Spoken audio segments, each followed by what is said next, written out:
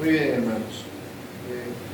Imaginemos por un momento a un alpinista escalando una gran montaña que se haya totalmente perdido y no sabe cómo hacer. Está oscuro, es de noche, y no sabe cómo tiene que hacer él para poder dirigirse a su lugar de destino. Se haya totalmente perdido y se haya preocupado y angustiado porque no sabe cómo va a hacer él para seguir adelante en esta situación. Cuando él se haya totalmente perdido, no sabe qué hacer, de pronto llega un equipo de rescate y lo ayudan, le dan alimentos, provisiones y sanan sus heridas. Y después de eso le dejan un guía. Son unos guías que viven por allá en el Himalaya, que se suben esas montañas a pie ellos solos y regresan y suben y bajan. Son expertos porque conocen todo el camino. Le dan un guía para que una vez la persona, el alpinista, esté totalmente repuesto, él pueda subir la montaña, completar la meta que se propuso, que es llegar a la cima. Para esto él deberá seguir a este guía que se le ha proporcionado, para que él le ayude en todo lo que tiene que hacer. Así que el alpinista no solamente es rescatado, sino que al final se le promete que tendrá un guía que lo acompañará hasta el final. En una situación muy similar a la de este alpinista, es en la que se encontraban los discípulos del Señor en el momento en el que esto está ocurriendo. Pues el momento es bastante tenso. Hay una gran tristeza en el ambiente. Y es que el Señor les había dicho que uno de ellos lo iba a traicionar. Ellos no sabían quién era. Además de todo esto, Él les dijo que Él se iba y que a donde Él iba, ellos no podían seguir. Así que en este momento los discípulos se hallan completamente tristes. Lo que necesitan es consuelo. Consuelo.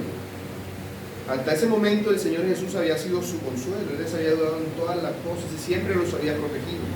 Siempre los había instruido, los había guiado, los había dirigido. Pero ahora el Señor Jesús les dice que se les va y que ellos no van a poder acompañarlo. Así que antes de revelarles, una de las promesas más grandes que tenemos en las Escrituras, Él les recuerda el fundamento de su relación, que es lo que vimos el domingo anterior. Es el amor. Es el amor. El amor que prioriza a Cristo por sobre todas las cosas. Un amor cuya prioridad máxima es guardar los mandamientos del Señor. Teniendo eso en mente, los discípulos podrían conocer más al Señor y estarían preparados entonces para la verdad que Él estaría a punto de revelarles. Esta verdad nos permite profundizar en una de las doctrinas más importantes de la fe cristiana, que es la Trinidad. Pues lamentablemente en nuestro tiempo, una de estas personas, el Espíritu Santo, es el más tergiversado que existe. Pero el Señor Jesús quiere indicarles cuál es su propósito y precisamente por qué es que Él lo va a enviar: para consuelo de su pueblo, para consolar a los suyos en sus momentos de tribulación. Por eso este sermón lo he llamado la promesa del Espíritu, la promesa del Consolador. Este sermón será bastante más doctrinal, por lo tanto mencionaré muchas citas bíblicas. Si no tomando apuntes puede anotarlas y buscarlas más adelante, porque si fuéramos a todas, el sermón se volvería un estudio.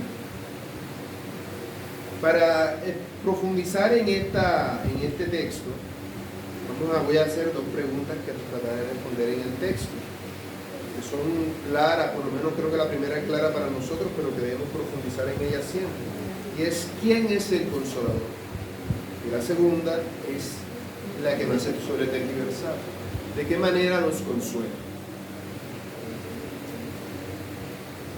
Primera pregunta: ¿quién es el Consolador? En el verso 16 dice el Señor Jesús: y yo rogaré al Padre y os dará otro Consolador. El Señor promete que Él no abandonará a sus discípulos. Y aunque Él está hablando directamente de los discípulos que están allí, los 11 que quedaron porque Judas ya se fue, todo lo que Él va a decir, toda esa promesa aplica para todos nosotros, para todos los que somos discípulos de Cristo. Dice, yo rogaré al Padre y os dará otro consolador. Esa es la promesa del Señor Jesús. Él nos dará otro consolador, no va a dejarnos solos. Y como vimos en el verso 15, esta promesa surge de la relación que tenemos con Cristo, la cual es una relación que va de amor y obediencia, porque ambas cosas van de la mano. Así pues, el Espíritu de Dios es dado a aquellos que aman a Jesús y por lo tanto guardan sus mandamientos. La palabra que aquí se traduce como consolador es la palabra griega parakletos. Yo creo que la hemos escuchado varias veces. Su significado es muy amplio, no cabe en una sola palabra. De hecho, tiene muchas palabras con las cuales puede traducirse a nuestro idioma. Literalmente viene a significar algo así como alguien que es llamado para que venga a tu lado. Eso es lo que significa la palabra parakletos. En este contexto, entonces, se refiere a alguien que es llamado para que ayude en esta situación de gran dificultad, de tal manera que va a prestar ayuda a aquellos que lo necesitan. Esta palabra como tal, si bien es muy amplia, en todo el Nuevo Testamento solamente aparece 5 veces. Todas ellas fueron escritas por el apóstol Juan. Y una de las más sonadas, y creo que nos va a ayudar a entender mejor el significado de la palabra, es la que aparece en 1 Juan 2:1. Acompáñenme ahí un momento. 1 Juan, capítulo 2, verso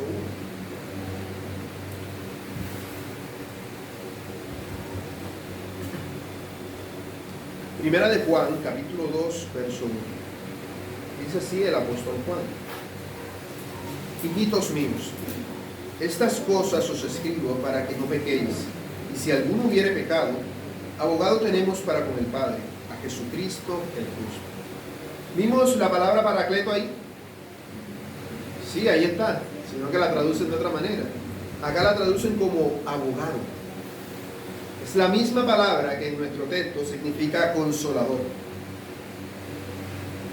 En el caso de 1 Juan, capítulo 2, verso 1, esa palabra se refiere a Jesucristo. Él es nuestro abogado defensor. Esto es una gran bendición para nosotros, porque quiere decir que como creyentes tenemos 2 abogados.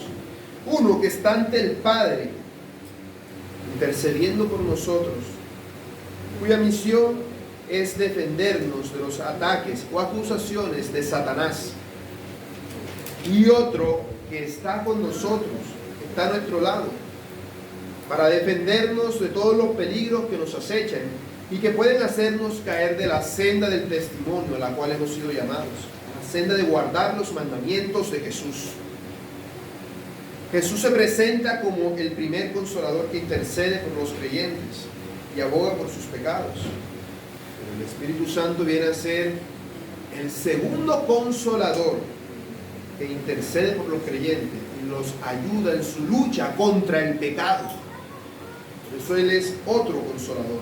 Y aquí es muy importante la elección de términos. Y disculpen que una vez más use palabras en griego, pero es importante.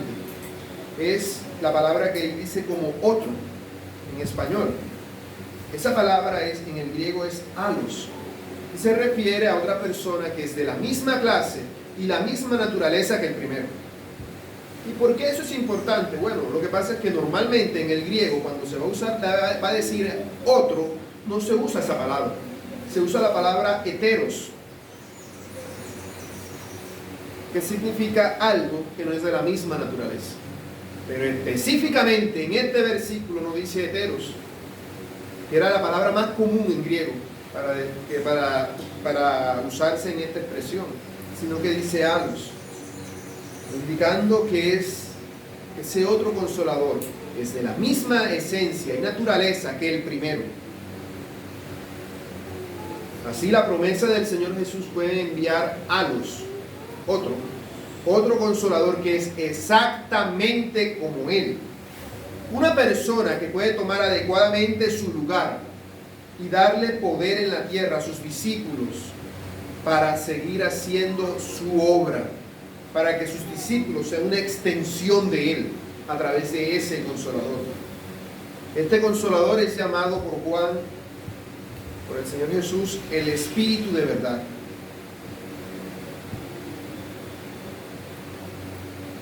¿Quién es este Espíritu de verdad? Recordemos que en el verso 6 el Señor Jesús dijo que Él es el camino y la verdad. Si el Señor Jesús es la verdad, ¿cómo es que puede haber un Espíritu de verdad? Porque este Espíritu de verdad, que es el Espíritu del Señor Jesús, es su mismo Espíritu. Pues así como Dios es verdadero y no hay mentira en Él, así este Espíritu es verdadero, no hay engaño en Él, como vemos en 1 Tesalonicenses 1:9. Así, la función del Espíritu de verdad es la misma función que tenía el Señor Jesús en la tierra. Por eso es un sustituto perfecto para Él, que es el Consolador original. Como Jesús, el Espíritu Santo, que es el Espíritu de verdad, enseñaría, fortalecería e intercedería por sus discípulos. Él enseñaría, como veremos que dice en Juan 14:26, fortalecería, como dice Efesios 3:16, e intercedería por sus discípulos, como dice Romanos 8:26. Porque el Espíritu Santo es Dios.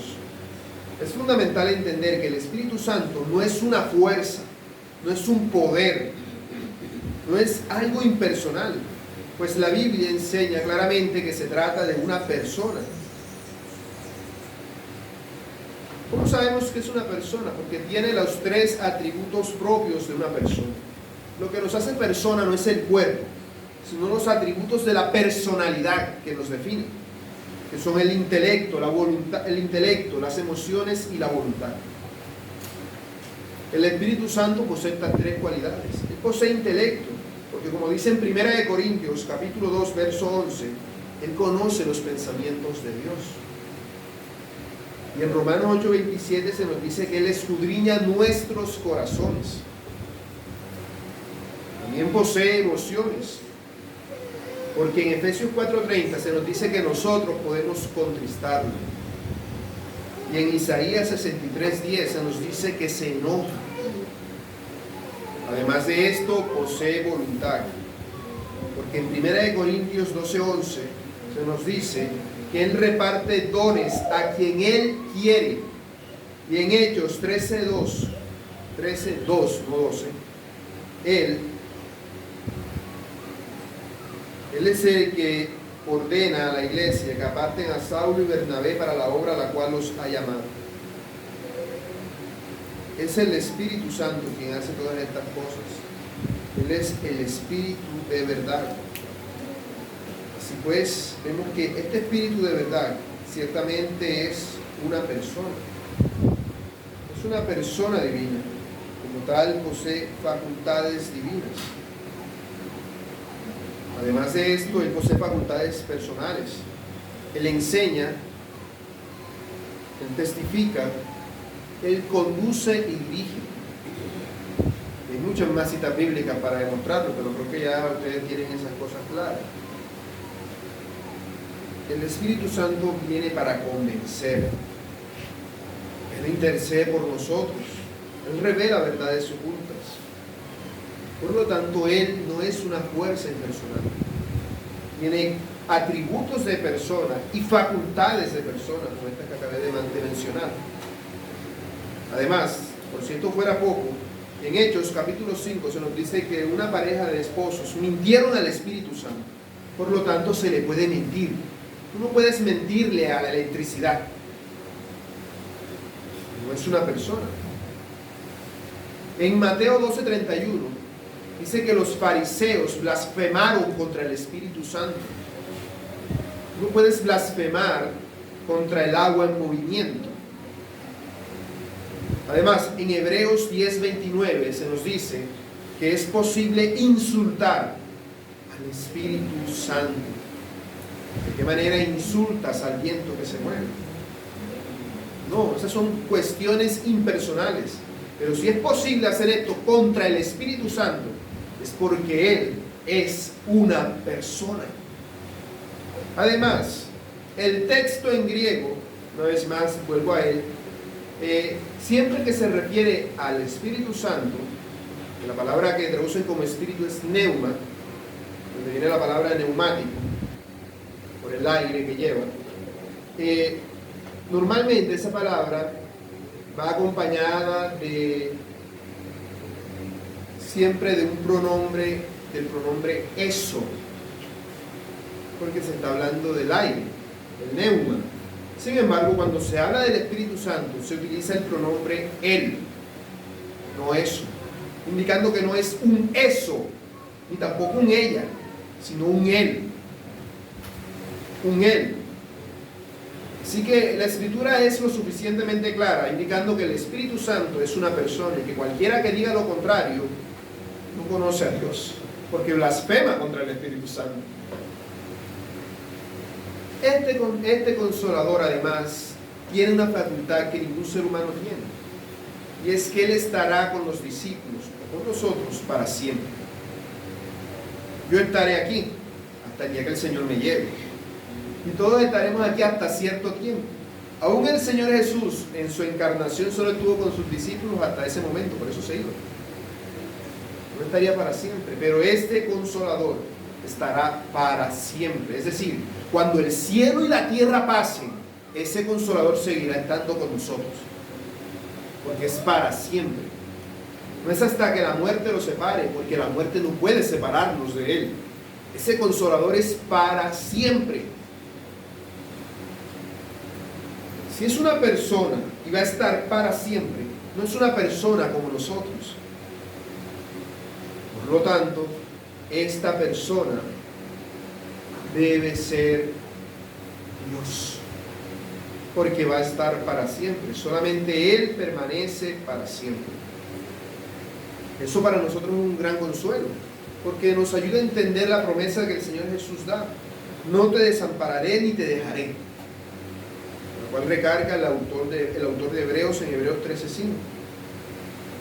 El Espíritu Santo permanecerá con nosotros para siempre. Esto es lo que busca recalcar en su comentario Matthew Henry cuando dice que Él permanecerá con ellos para siempre, no como permaneció con los profetas de antaño, en los cuales Él venía y se iba, sino para morar en sus corazones, como si sus corazones fueran su casa, un templo en el cual se le adora. Esto es posible porque este Espíritu es Dios, es el Espíritu Santo de Dios. Y la Biblia también es muy clara en enseñar que este Espíritu es el Espíritu de Dios. Él es la tercera persona de la Trinidad, el cual es asociado con Dios Padre y Dios Hijo en las Escrituras. Se le llama también, igual que tiene muchos nombres, como Espíritu de verdad y Espíritu Santo, se le llama Espíritu de Dios, como dice en Ezequiel 11:24 y en Mateo 3:16, donde dice textualmente así: Espíritu de Dios. Pero además, en Hechos 16:7, Gálatas 4:6, Filipenses 1:19, Primera de Pedro 1:11, se refieren a Él como Espíritu de Jesús. Este Espíritu es asociado como el Espíritu de Dios y el Espíritu de Jesús. Y se le menciona claramente junto a ellos en la fórmula bautismal que el Señor dice en Mateo 28:19. Harán nuevos discípulos bautizándolos en el nombre del Padre, del Hijo y del Espíritu Santo, igualándolo a estos dos.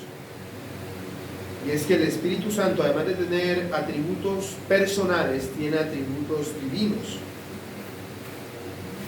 Atributos divinos son aquellos que son privativos de Dios. Es decir, lo que cuando estudiamos la confesión llamamos atributos incomunicables. Atributos que solamente le conciernen a Dios. En Hebreos 9:14 se nos dice que este Espíritu es eterno. En 1 Corintios 2, del 10 al 11, se nos dice que es omnisciente. En Isaías 40, del 13 al 14, se nos recalca que es omnisciente.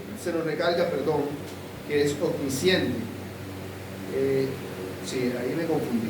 Él es eterno en Hebreos 9:14, omnisciente, 1 Corintios 2, del 10 al 11. Es omnipresente, nos dice el Salmo 139, y es omnipotente. porque dice que su espíritu se movía sobre las aguas en Génesis 1:2. Y Job lo recalcó en Job 33:4, en Romanos 15:19, primera de Pedro 3:18. Y en primera de Juan 5:6 se vuelve a recalcar lo que aquí se está diciendo, que es veraz en todo sentido, no hay engaño en él.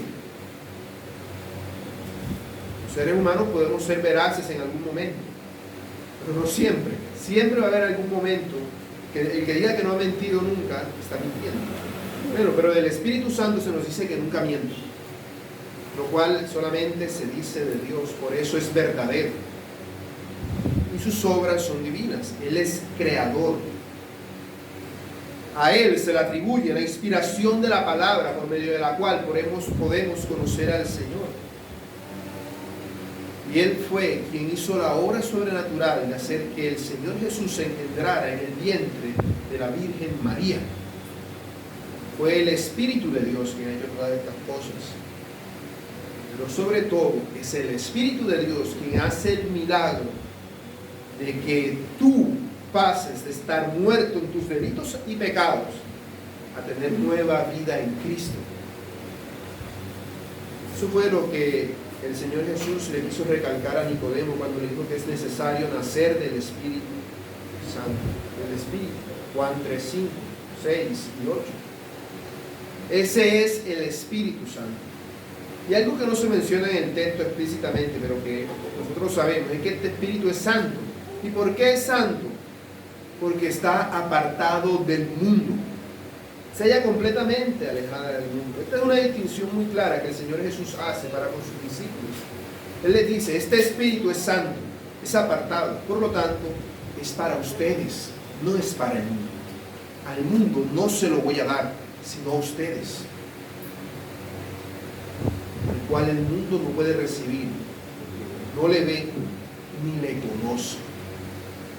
Claramente el mundo se refiere a todas las personas que no aceptan a Jesús como el Mesías, como el Salvador, porque ellos no pertenecen al mundo de la luz y al reino de su Hijo. Ellos no pueden ni quieren al Espíritu Santo, porque ellos prefieren las tinieblas a la luz y la mentira a la verdad. Por eso no van a querer el Espíritu de verdad. ¿Cuántas veces te han dicho la verdad en la cara? Qué lindo te has sentido cuando te han dicho la verdad en la cara. Y te han demostrado lo farsante que eres, lo hipócrita que has sido en una u otra situación, o lo errado que estabas en todo lo que estabas haciendo. De pronto no te hayas sentido terriblemente mal, pero estoy seguro que muy cómodo que digamos no te sentiste. Porque a nadie le gusta la verdad. Porque por naturaleza pertenecemos a la mentira, pero el Espíritu de verdad viene a nosotros para que demos testimonio de la verdad. Y el mundo, como no le gusta la verdad, si simplemente una verdad cualquiera hace que las personas se incomoden, imagínate la verdad más grande de decirte que eres un pecador terrible que merece que Dios te mate y te eche al infierno. Una verdad ofensiva para cualquier persona. Por eso el mundo no quiere al Espíritu Santo, lo aborrece y lo desprecia. Ellos no están en condiciones ni en disposición de recibirle, porque así como el mundo no recibió al Señor Jesús, tampoco reconoce al Espíritu Santo. Y esto, como dice el Señor, ellos no ven al Espíritu. No lo ven porque están en tinieblas, pero no solamente porque están en tinieblas y las amen, sino porque ellos mismos son tinieblas. Son tinieblas. Cuando tú prendes la luz, las tinieblas se van. Pero cuando prendes la luz y ves que tal mal, el que estás mal, eres tú, mejor apaga la luz, porque eso no me gustó. No quiero, yo mismo soy las tinieblas, por eso no quiero ver al Espíritu Santo. Pueden verlo y tampoco lo conocen, porque el Espíritu Santo opera en lo espiritual y por lo tanto toda su obra debe discernirse espiritualmente. La mente carnal no puede comprender las cosas que son del Espíritu de Dios, porque para él son locura y se han de discernir espiritualmente. 1 Corintios 2:14.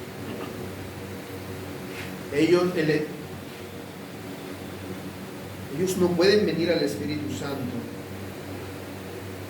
porque no aceptan el mensaje de la salvación. No pueden. Ninguna persona puede venir al Espíritu Santo. Tiene que ser al revés, tiene que ir el Espíritu Santo a la persona. Pero el mundo no conoce al Espíritu Santo, no lo ve, no lo acepta. Para ellos, dice en 1 Corintios 1:18, la palabra de la cruz es locura. Es locura. El Espíritu Santo produce en el mundo rechazo. Por eso nos sorprende que en el día de Pentecostés, cuando el Espíritu Santo vino sobre la iglesia, el mundo allí presente, ¿qué pensó? Esta gente está borracha. Son puros borrachos. A las 9 de la mañana ya están borrachos. Eso es lo que produce el Espíritu Santo en el mundo. Un total desconcierto y un total rechazo. Por eso el Señor Jesús les advirtió a sus discípulos que así como lo habían rechazado a Él, los iban a rechazar a ellos. ¿Y por qué los iban a rechazar a ellos? Porque verían al Espíritu en ellos. Por eso es necesario la regeneración, porque el mundo es incapaz de ir al Espíritu Santo, de tratar de lograr una renovación de su vida para con Dios a través de Jesús. No puede. Por medio de Él y en Él, el Señor Jesús cumple su promesa de estar con sus discípulos hasta el fin del mundo. Así es como el Espíritu cumple su promesa. Así como el Señor, cumple su promesa a través de este Espíritu, el Espíritu de verdad. Por lo que no cabe duda de que este otro Consolador no es otro que el Espíritu Santo, quien es Dios. Y Él es para nosotros, no es para el mundo. Ese es el otro Consolador del cual el Señor está hablando. Segunda pregunta. ¿Cómo nos consuela? La misión principal del Consolador es tirarte al piso para que digas un montón de locuras que nadie puede entender. Claramente no. Eso no tiene nada de verdadero, porque no estás diciendo nada, ni mentira ni verdad. Carece de total fundamento. En Juan 16:13 veremos que Él viene a guiarnos a toda verdad. Por eso se le llama Espíritu de la verdad en este contexto, porque ese es el énfasis del consuelo que el Señor está haciendo. Y esa verdad tiene que ver con la revelación, es decir, quitar aquello que es mentira, quitar aquello que impida al mundo conocer la verdad. Esa verdad tiene que ver con revelar al Padre, dar a conocer a Dios a través de la persona de Jesús. Él conduce a la verdad por cuanto, dice en Juan 16:14, el Señor Jesús tomará de lo mío y os lo hará saber. Por eso Él conduce a la verdad. ¿Cuál es la esencia del Espíritu Santo? Santo, la santidad. Él revela el carácter santo de Dios. Su obra es la de santificar a los creyentes. Su obra en nosotros nos transforma continuamente para que reflejemos la santidad de Cristo, para hacer buenas obras que glorifiquen a Dios. Así el Espíritu Santo nos capacita, equipándonos con poder y sabiduría de Dios, para que andemos en victoria. Y andar en victoria no significa que vas a ser el más importante de todos, o que vas a tener más plata que el resto de las personas. Andar en victoria significa que el pecado ya no tiene poder sobre ti, que ahora la victoria contra el pecado ha sido decretada por Él. Y así, recibiendo esa victoria, puedas prestar un servicio eficaz al reino de Dios, manifestando la vida de Cristo a través de ti. El Espíritu Santo nos consuela a través de la palabra de Dios, porque es la palabra del Espíritu. La persona en Dios que escribió las Escrituras, que las inspiró, fue Él. El mismo que la inspiró es el mismo que nos permite conocerla. Él nos revela las profundidades de la sabiduría de Dios. Como dijo Juan Calvino, el Espíritu de Dios es el único maestro de la verdad. Solo por su inspiración podemos recibir la palabra de Dios. Solamente por su inspiración. Pero no solamente eso, el Espíritu de Dios nos permite discernir la voluntad de Dios. En este mundo, unos dicen una cosa, otros dicen otra. ¿Qué es lo que debemos hacer? ¿Qué camino debemos seguir? El Espíritu Santo te dice, mira a Cristo. Él es el camino. Él obra en nosotros a través de nuestra conciencia, a través de su palabra y cuando oramos. Y lo hace con el propósito eterno de Dios para que nuestra vida tenga el mejor resultado posible. Como si teniendo dos posibles caminos a seguir, el Espíritu Santo nos dice, es este. Si vas por el otro es porque quisiste, pero yo te dije que era este. Te aclaré, el camino que tenías que seguir era este. Ya te lo estoy revelando. Así, el Espíritu Santo no busca una comprensión intelectual de las Escrituras. El Espíritu Santo no te fue dado para que te sepas la Biblia de memoria. Hay personas en el mundo. No diría que muchas en este tiempo, pero sí a lo largo de la historia, que han llegado a aprenderse la Biblia de memoria. Que saben dónde está cada tilde y cada punto, y cada coma. Pero aún así sus vidas demuestran una ignorancia completa de Dios. La obra del Espíritu Santo tiene que ver con una capacitación en nosotros, de tal manera que nos permite aplicar lo que aquí está escrito a lo que nosotros hacemos todos los días, transformándonos para que seamos hechos semejantes a Jesucristo. Si el Espíritu Santo viene para lo que el Señor Jesús acabó de decir a sus discípulos. Él les dijo, si me amáis, guardad mis mandamientos. Como vimos el domingo anterior, eso no es algo sencillo. Como si él no estuviera suficientemente preocupado con que hay un traidor y con que él se va a ir, ahora les puso una carga, humanamente hablando. Deben guardar su mandamiento. Pero él les dice, no, es una carga, porque es que yo les mandaré otro consolador, que les ayude a sobrellevar esa carga. Él nos ayuda a guardar estos mandamientos, de tal manera que nosotros, cuando tomemos decisiones, tengamos paz de saber que hemos hecho lo correcto. Y si hemos cerrado, nos diga, pecaste, arrepiéntete.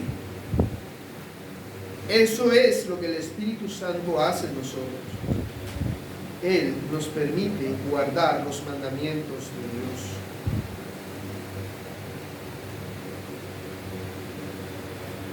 Su poder nos capacita para superar el pecado y producir el fruto que agrada a Dios. Así cada decisión que tomemos puede darle gloria a Dios. Produce fruto en nosotros cuando nuestra manera de pensar es renovada, nuestra mentalidad cambia y las cosas que antes eran de agrado para nosotros dejan de ser, para que las cosas que agradan a Dios empiecen a agradarnos a nosotros. ¿Y esto es un consuelo realmente?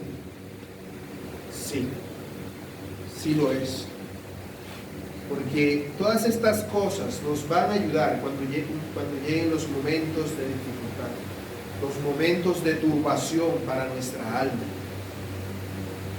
Cuando te golpee la prueba, cuando sufras una gran pérdida, cuando sufras una gran desilusión, Él estará allí para enjugar toda lágrima de tus ojos y para fortalecer tu espíritu, para darle paz a tu corazón.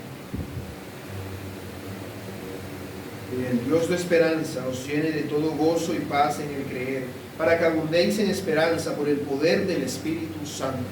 Dice Romanos 15:13. Él nos da una paz que sobrepasa todo entendimiento, que nos permite sobreponernos a cualquier dificultad. Aunque humanamente tú lo veas ahora a futuro y digas, pues si me pasa eso, yo me muero.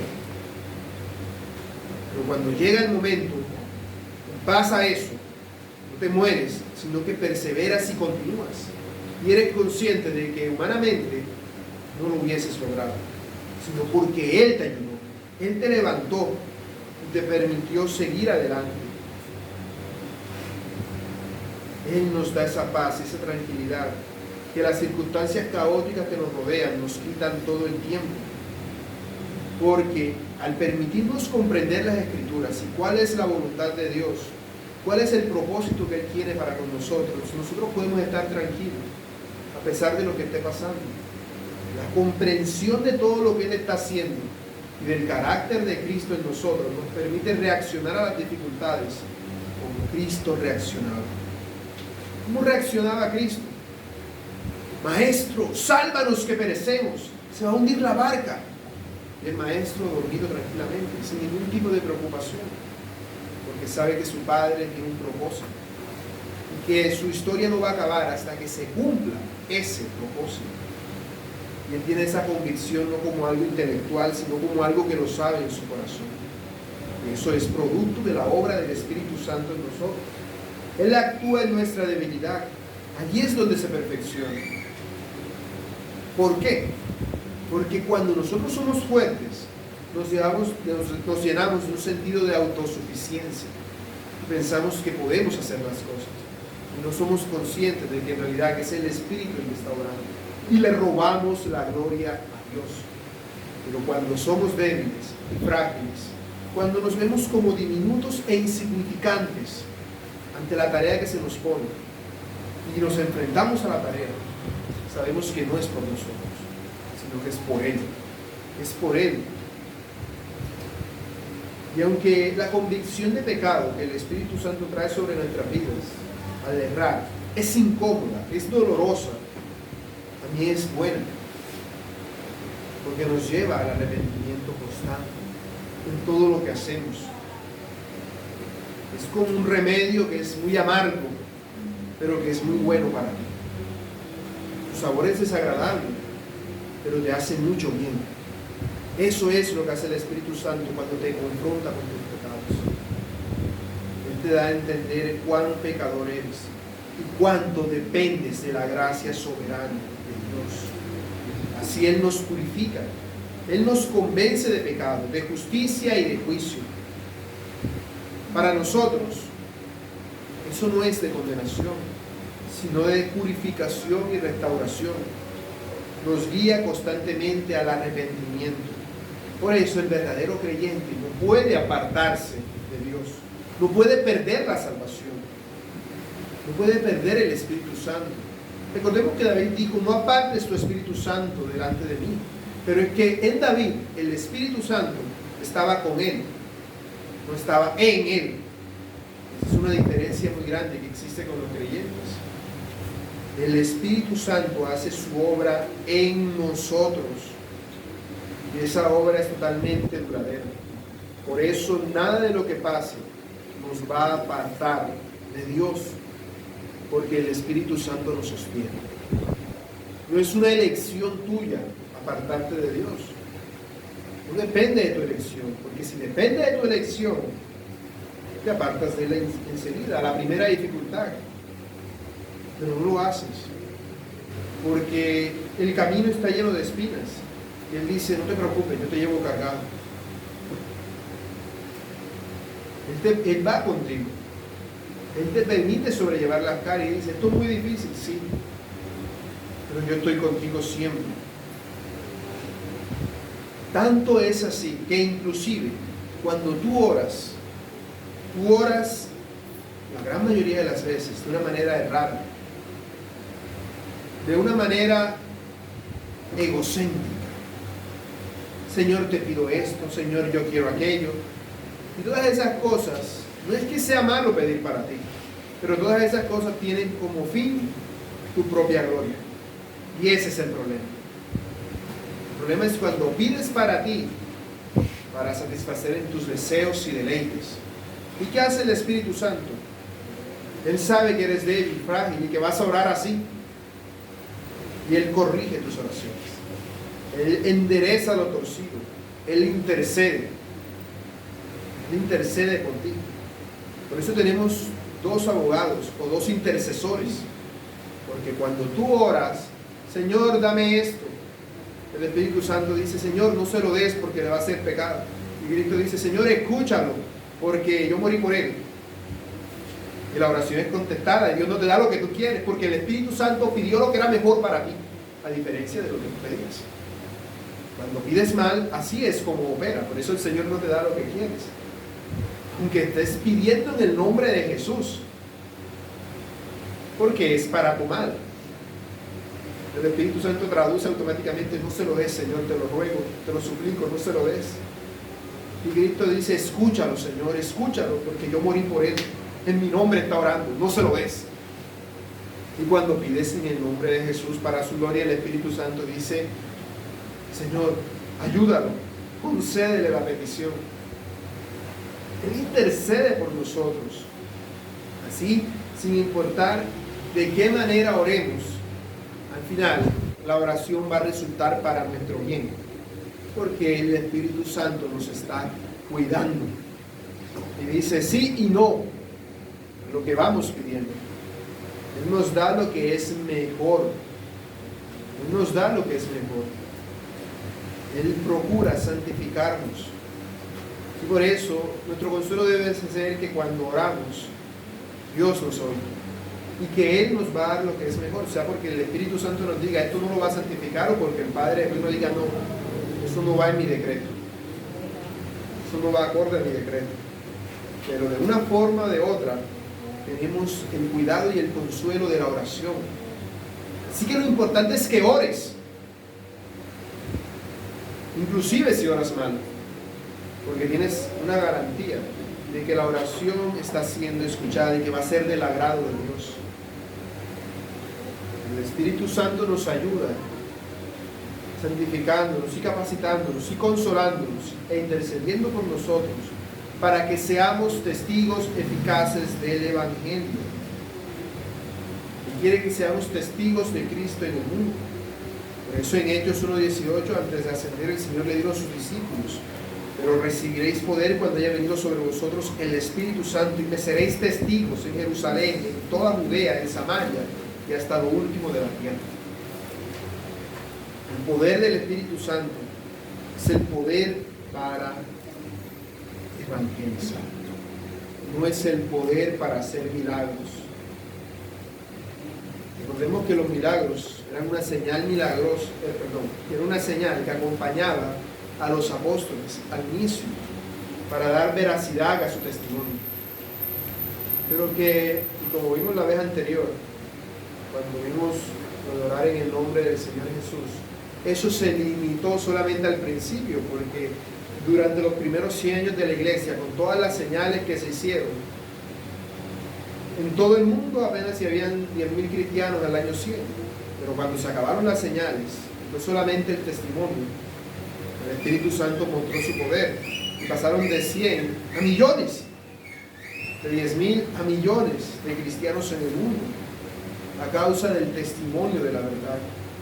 Este poder para evangelizar no es el poder para convencer a todo el mundo, tampoco es un poder para que tengas las palabras más elocuentes de todas, sino un poder para que hables con denuedo la palabra de Dios,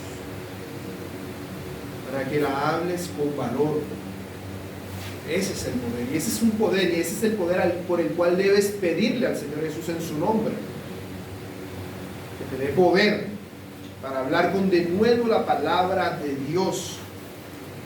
Si lo pides, Él lo hará. Esa es la promesa. Por eso harás mayores obras que inclusive las del Señor en alcance, porque harás la transformación de muchas personas posible mediante la predicación de la palabra, siendo testigo de Cristo. Y evangelizar es algo que te va a dar gozo, hermano. Es algo que va a llenar tu vida de satisfacción. Es algo que te va a llenar de convicción. No es solamente algo que se te manda, sino que es algo que es bueno para ti, porque para eso fuiste creado. El ser humano fue creado para dar a conocer a Dios al resto de la creación. Y tú, al ser regenerado por el Espíritu Santo, has sido creado para dar a conocer a Dios a través de Cristo al resto de la creación. Hacer eso nos lleva a cumplir la razón por la cual fuimos creados. Y eso nos va a llenar de un gozo inagotable que nos va a permitir superar cualquier adversidad, por más grande y difícil que sea. Por eso debemos estar tranquilos, de que pase lo que pase, todo estará bien, porque el Señor Jesús está con nosotros a través de ese otro consolador que es el Espíritu de verdad. Pero el Señor Jesús va más allá. Él les dice a sus discípulos: vosotros le conocéis, porque mora con vosotros, pero les dice, y estará en vosotros. Y esto es muy importante porque no se nos está diciendo, no se nos está hablando de algo muy a futuro, como hablando de la resurrección de Cristo o de la segunda venida, sino que se refiere a algo que sería inmediato para ellos. Solamente sería cuestión de unos días, cuando el Espíritu Santo, que estaba con ellos, porque ya estaba con ellos, estaría muy pronto en ellos. El Espíritu Santo siempre ha estado con el pueblo de Dios desde el principio. El Espíritu de Dios se movía sobre las aguas. El Espíritu de Dios protegía a la nación de Israel en el desierto con columnas de nube y de fuego. El Espíritu de Dios vino sobre los profetas de antaño. El Espíritu de Dios vino sobre personas que hicieron cosas prodigiosas, como Josué o Sansón. Vino sobre ellos, pero no estuvo en ellos, sino que vino a estar con ellos. Vino a estar con ellos. Pero el Espíritu siempre estuvo allí.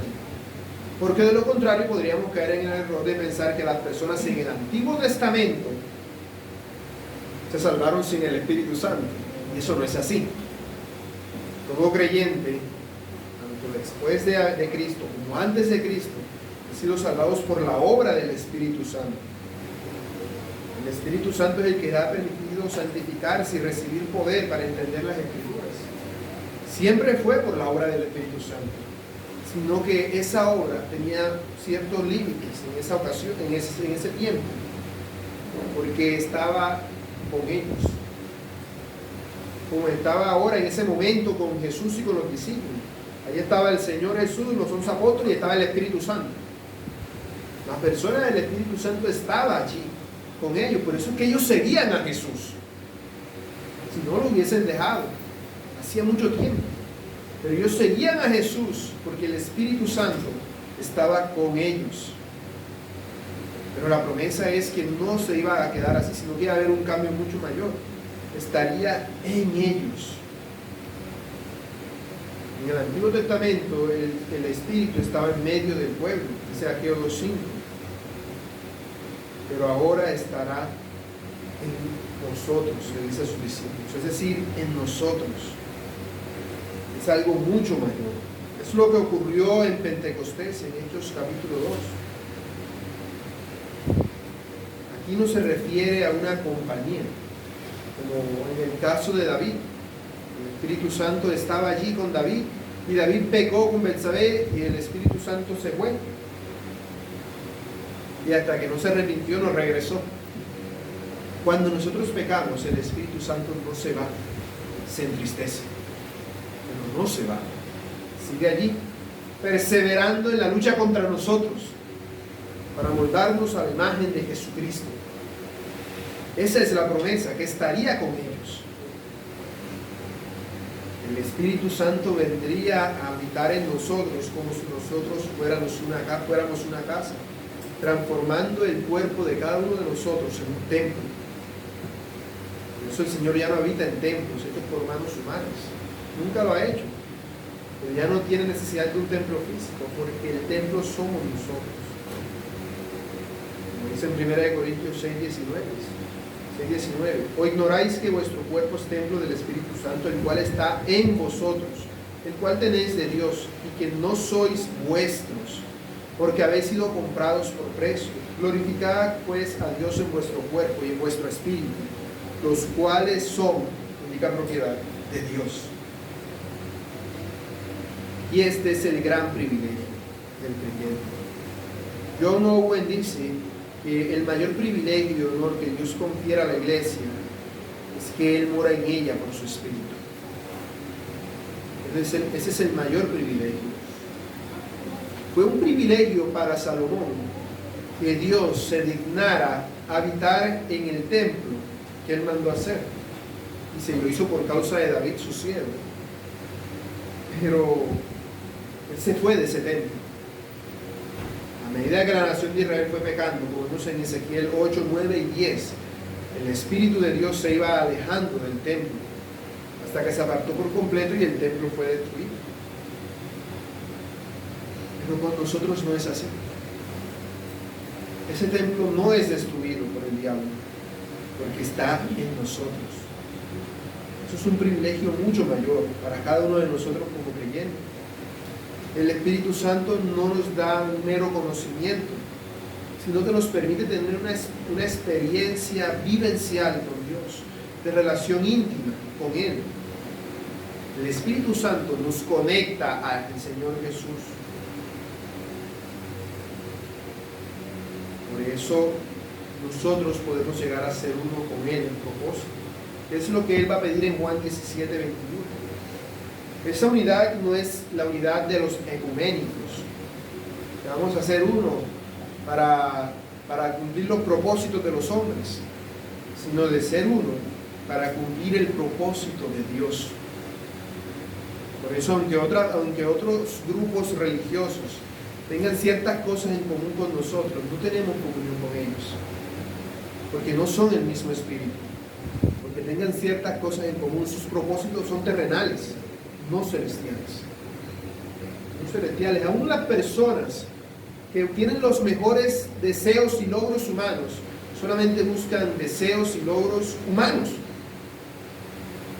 Por ejemplo, el problema de la política es lo corrupta de la derecha. Vamos a hacer una nueva derecha. Pero nosotros no somos, no se trata de eso, se trata de la gloria de Dios.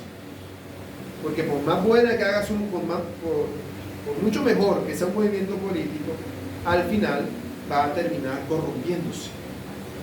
Esas actitudes son loables, pero no son suficientes. No somos uno con tales cosas, porque somos uno en espíritu. Esa permanencia es inquebrantable porque es para siempre. Nada podrá apartarnos del Señor. Nada podrá quitarnos la salvación, como ya habíamos dicho. Y siempre podremos tener victoria contra el pecado. No quiere decir que siempre vamos a vencer al pecado, porque depende de nuestra voluntad ejercer eso. Pero tenemos la posibilidad de hacerlo. Tenemos el poder para vencer al pecado. Y cuando lo hacemos, se hacen evidentes los frutos del Espíritu en cada uno de nosotros, haciendo que seamos semejantes a Cristo y cambiemos la justicia y aborrezcamos el pecado. El Espíritu Santo mantiene y produce una relación filial entre nosotros y Dios, permitiéndonos tener comunión con Él. De tal manera que aun cuando oremos bien, como dice Romanos 8:26. Siempre que oremos bien. También nos cambia y nos capacita para que vivamos como Cristo, como dice Romanos 8:13. Pero sobre todo nos asegura y nos da testimonio de que no nos perderemos, porque nos dice, son hijos de Dios. Y hace que tu espíritu le diga a Dios, Abba, papá. Eso lo hace el Espíritu Santo, como dice Romanos 8:16. Por eso el Espíritu Santo nos une a Dios, que es verdadero, y por eso el Espíritu Santo es el Espíritu de verdad. Porque la vida cristiana no se trata de cumplir reglas, sino de amor. Y ese amor ha sido derramado en nosotros por medio del Espíritu Santo. Así que, ¿de qué manera nos consuela el Espíritu Santo? Nos consuela transformándonos desde adentro hacia afuera, dándonos el deseo y el poder para vivir como Cristo y darle gloria a Dios.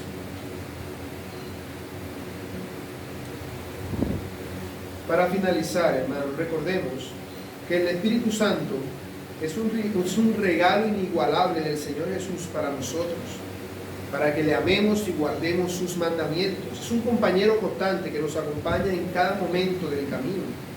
Es una presencia divina que vive en cada uno de nosotros. Porque a través del Espíritu Santo, no solo el Espíritu Santo vive en nosotros, porque Él es uno con el Padre y el Hijo. Por lo tanto, el Padre, el Hijo y el Espíritu Santo viven en nosotros por causa del Espíritu Santo. Y eso debe alentarnos a vivir de una manera que ya no reflejemos las cosas de este mundo, sino lo que a Dios le agrada. ¿Sientes que no estás haciendo uso del poder que el Espíritu Santo te ha dado? Sumérgete entonces en la meditación diaria de la palabra de Dios. Sumérgete. Cállate por un momento y deja que el Espíritu Santo te hable. Lee su palabra, la palabra del Espíritu Santo, y deja que Él te hable a través de esa palabra. No pongas tus ideas en lo que allí dice. Deja que su palabra te hable. Medita en lo que Él te ha dicho y deja que te hable. Y ora pidiéndoles que ilumine tu entendimiento y te revele las verdades de esa escritura, de tal manera que aprendas a aplicar eso que leíste a tu vida. Porque de eso se trata. Cultiva también una vida de oración constante. No te pases orando solamente para pedir cosas para ti, sino para conversar. ¿Cada cuánto haces eso? Simplemente contarle a Dios cómo te sientes, lo que tienes pensado hacer, lo que te preocupa, lo que te aflige. Solamente el hecho de conversar con Dios. No andar pidiendo cosas. Sí, Señor, dame esto, y Señor, dame lo otro. Sino conversar. Estoy seguro que como padre te gustaría que tus hijos no solamente te pidan, dame plata para esto, cómprame esto, dame lo otro, sino cómo estás, mira, me pasó esto, quiero contarte esto. Eso es importante y no podemos descuidarlo, porque hace parte de la oración.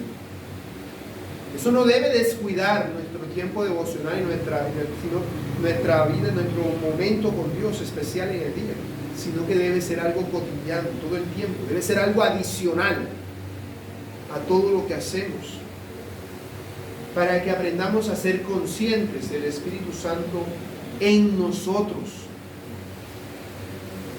Presenta tus cargas, tus alegrías, tus dudas, dale gracias, aprende a escucharlo.